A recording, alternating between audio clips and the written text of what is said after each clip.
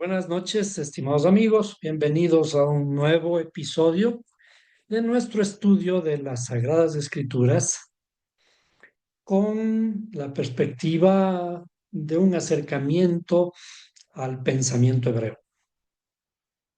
Existe una inquietud a propósito de la Navidad que se celebra en nuestro mundo occidental, eh, relacionado, por ejemplo, con el lugar de en donde nació el Mesías, Jesús.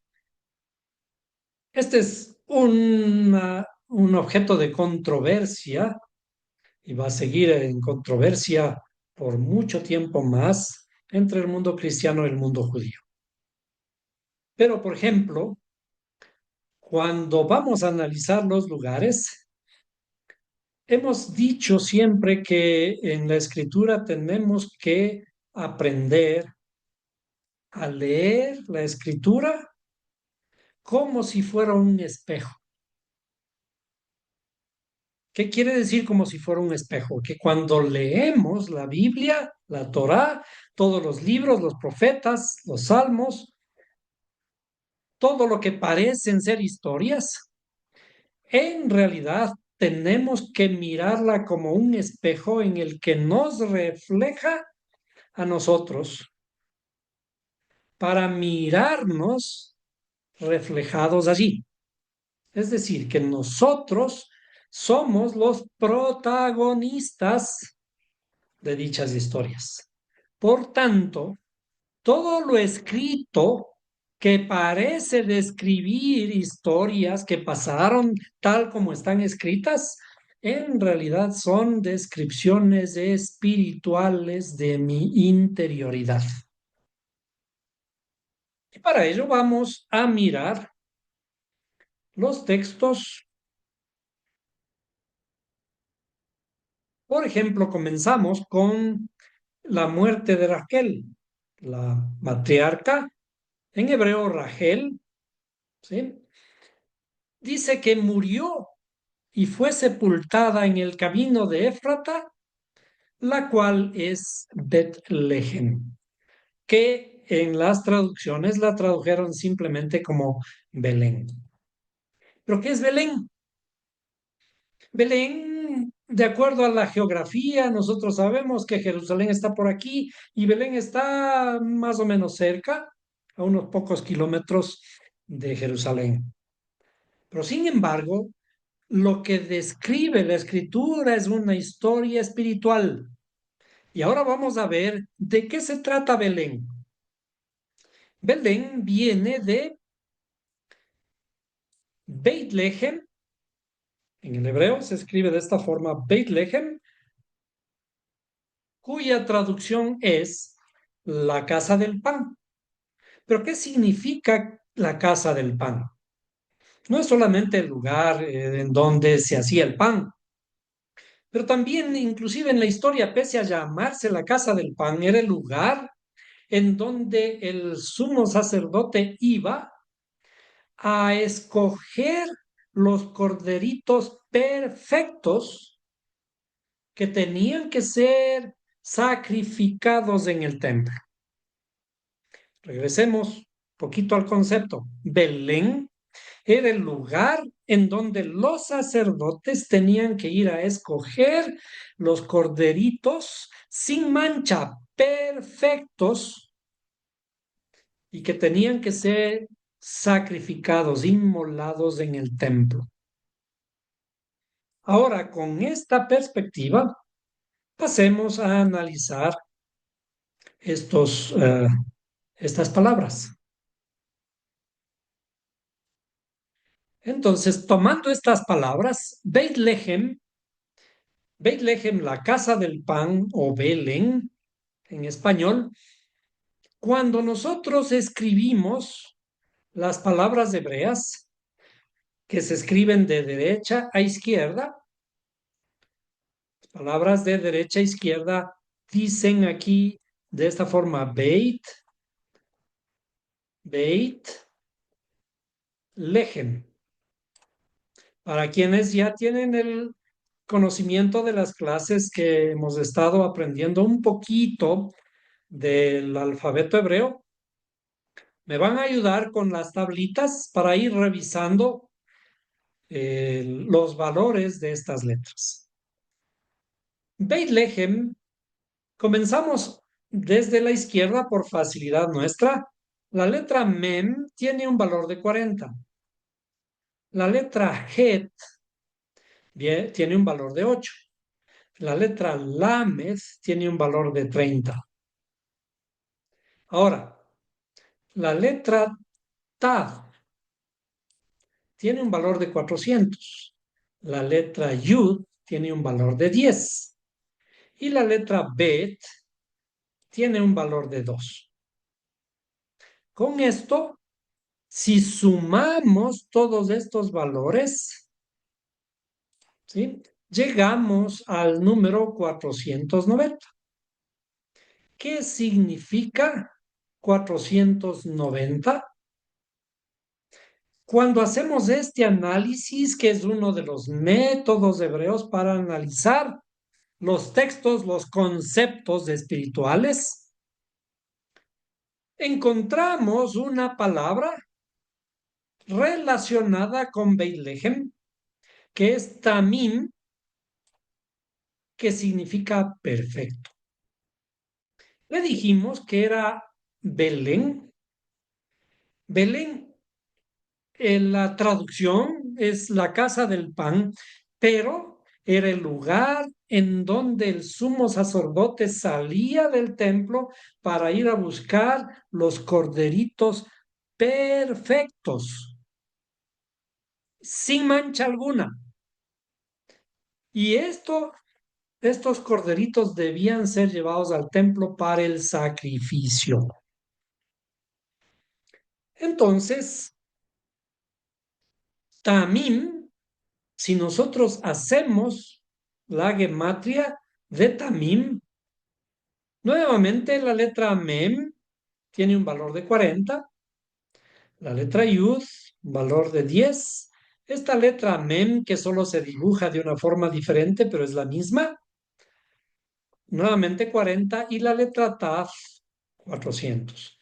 Cuando sumamos estos valores, llegamos nuevamente al número 490. ¿Qué significa esto? En la perspectiva hebrea, cuando encontramos palabras con los mismos valores numéricos, aquí hay un enlace de equivalencia, o puede ser un enlace de opuestos, equivalentes numéricos. Por lo tanto, Beit Lehem, que era el lugar en donde el sacerdote escogía el corderito perfecto para ser sacrificado en el templo, es equivalente a la palabra tamim, que es perfecto. ¿Qué significa esto? Además, hemos dicho que la escritura es un relato de cosas espirituales. Quien quiera que cree que lo que está escrito allí es historia, lo que hace es deshonrar la palabra divina. ¿Qué significa esto? El que lee, de acuerdo a los sabios, el que lee la Biblia, la Torá, en la literalidad, es como besar a la novia con el velo puesto. Quien se casa sabe que tiene que quitar el velo a su novia para besarla. ¿Qué significa esto? Que hay que abrir, descubrirla para poder besarla. También los sabios dicen que leer la Torá en la literalidad es deshonrar la Torá. ¿Por qué? Porque la literalidad es idolatría. El mensaje del creador es un mensaje que está dentro de ese texto. Por ello, si analizamos Bethlehem, Tamín, que es perfecto, llegamos a la conclusión de que Belén no se trata de un lugar, no se trata de una ciudad en donde nace el Mesías. Para los cristianos nació, para los judíos va a nacer. No se trata de el lugar en donde nace un ser humano con características divinas, sino que es un estado espiritual. ¿Qué significa un estado espiritual? Un estado espiritual es un estado al que tenemos que llegar. ¿Para qué? Recordemos la historia. La matriarca murió allí en Belén. ¿Sí? Y de allí, de ese lugar, tiene que nacer. Ahora, recordemos un poquito, cuando un grano de trigo cae en la tierra, ¿qué ocurre con ese grano de trigo? Tiene que morir. Y una vez que ha muerto, puede volver a vivir porque está metido en la tierra en la oscuridad y comienza a germinar y a producir una nueva vida. Es decir, primero es la muerte para que después sea la vida.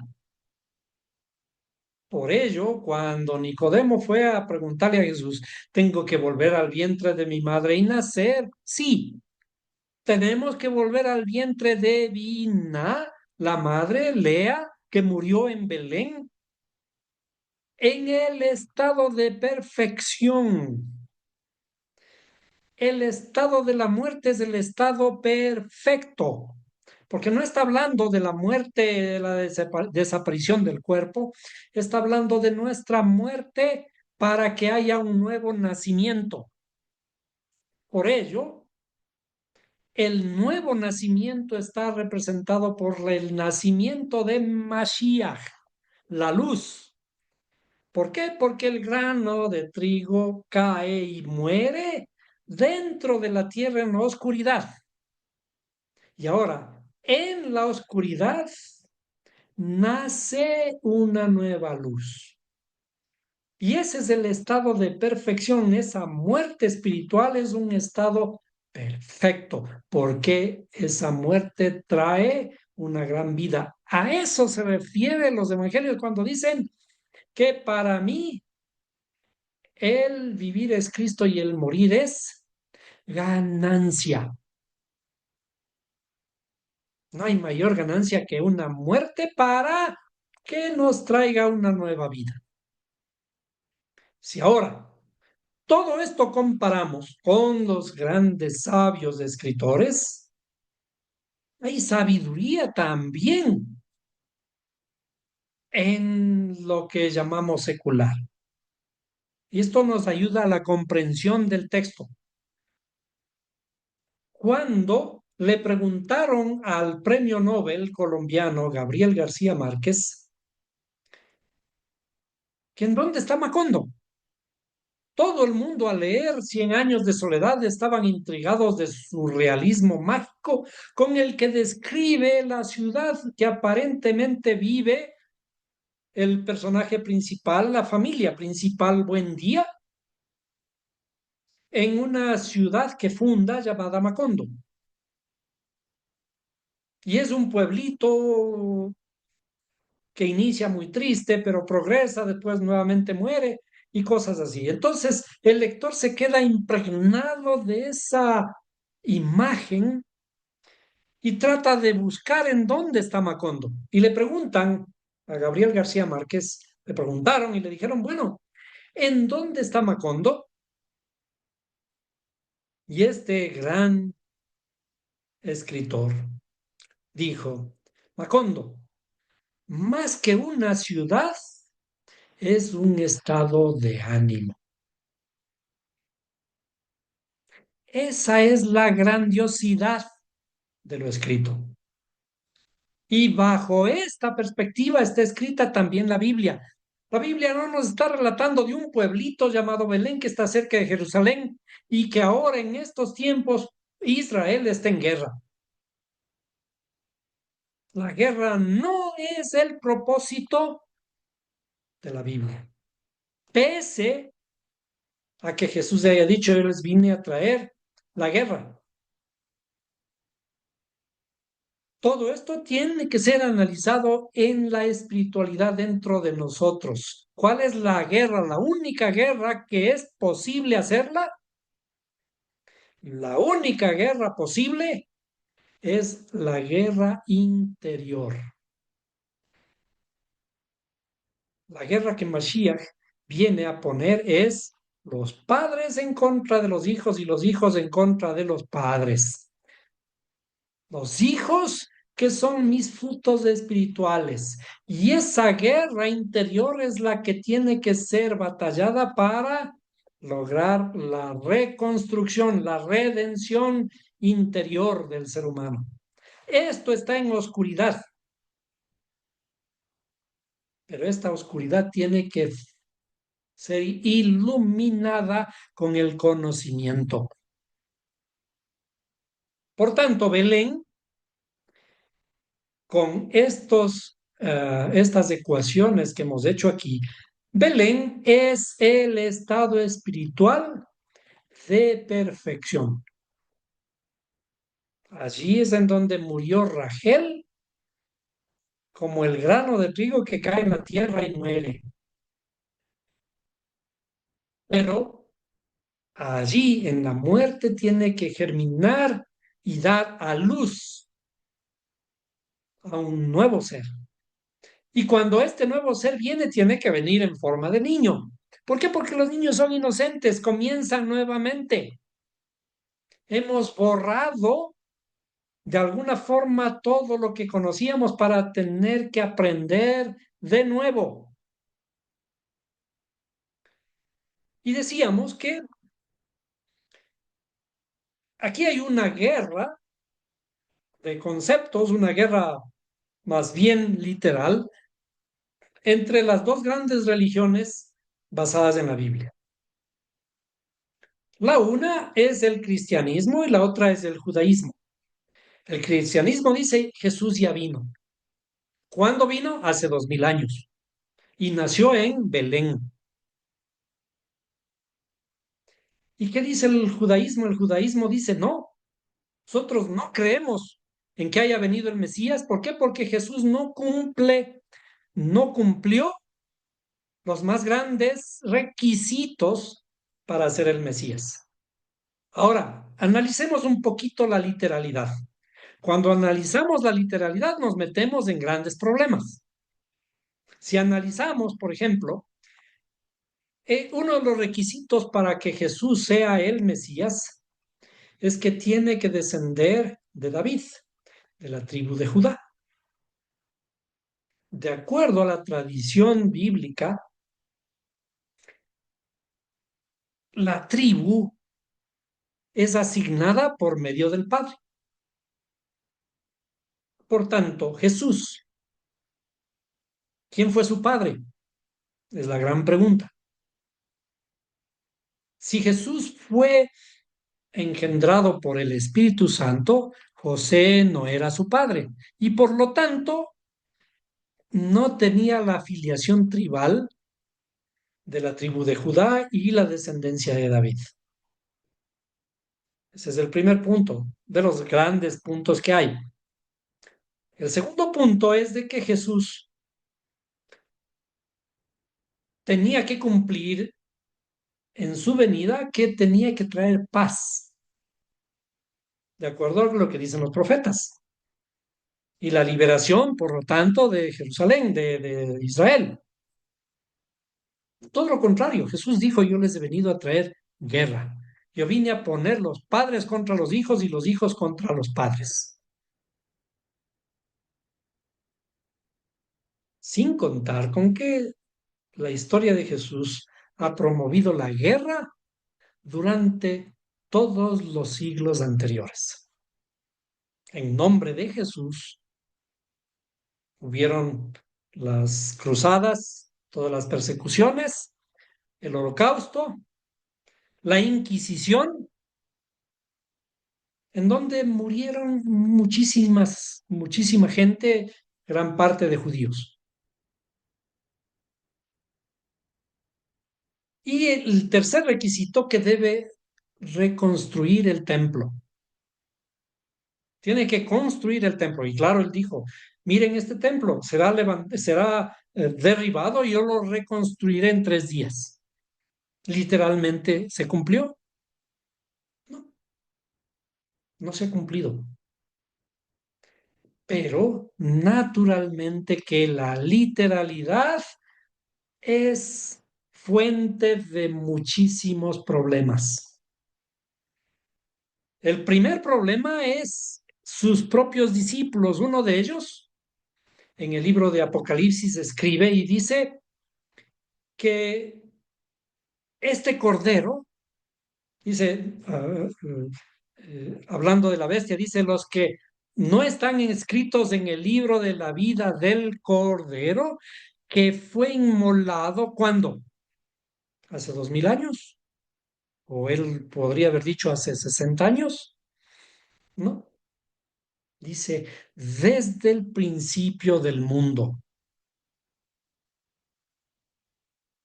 ¿Dónde nos lleva esto? Si él, Juan, su mejor amigo, hablando de Jesús, supuestamente, dice que fue inmolado desde el principio del mundo, ¿a qué estado le eleva la historia? Juan le está elevando a una historia espiritual que se viene cumpliendo desde el principio. Los patriarcas conocieron a Mashiach, los profetas conocieron a Mashiach. Todos ya lo conocían y todos sabían que esa luz, ese conocimiento tiene que ser renovado de día en día, tiene que ir creciendo de día en día. Y el crecimiento se da por medio de la muerte, como el grano de trigo que cae en la tierra. ¿Para qué? Para dar nueva vida, del perfeccionamiento interior. Y ese lugar en donde tenemos que morir y volver a nacer es Beit Lehem.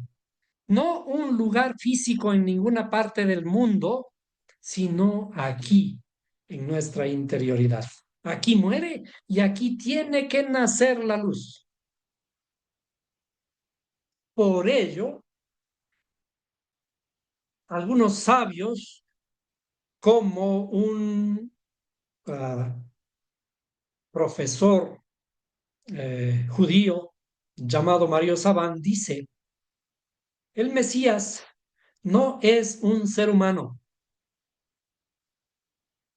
El Mesías es un concepto espiritual. El Mashiach es la luz del conocimiento que se tiene que ir revelando de día en día.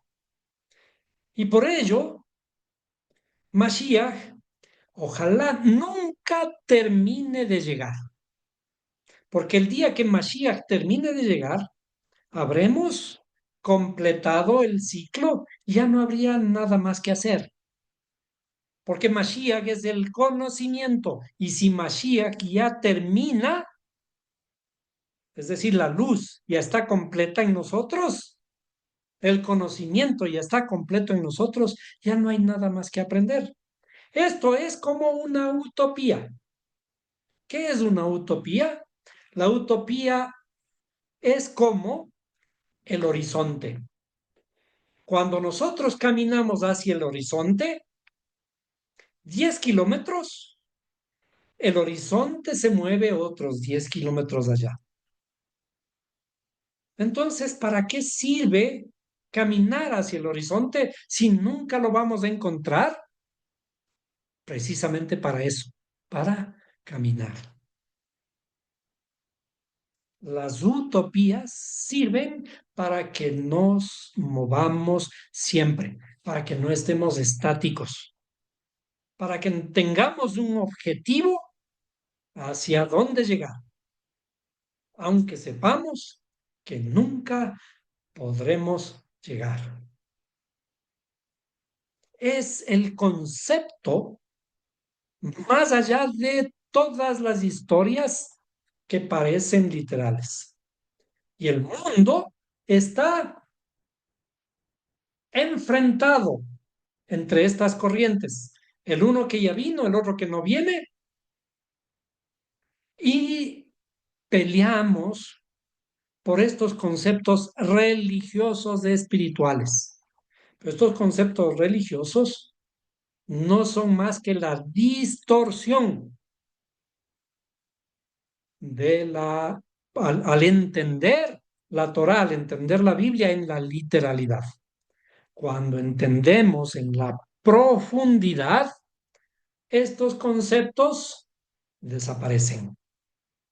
Estos conceptos literales desaparecen y comenzamos a entender la verdadera esencia interior de todos los textos.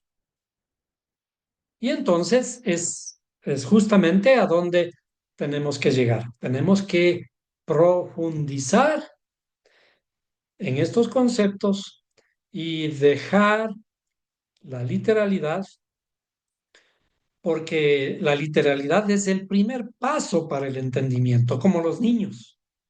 A los niños se les enseña historias fantásticas, historias fabulosas.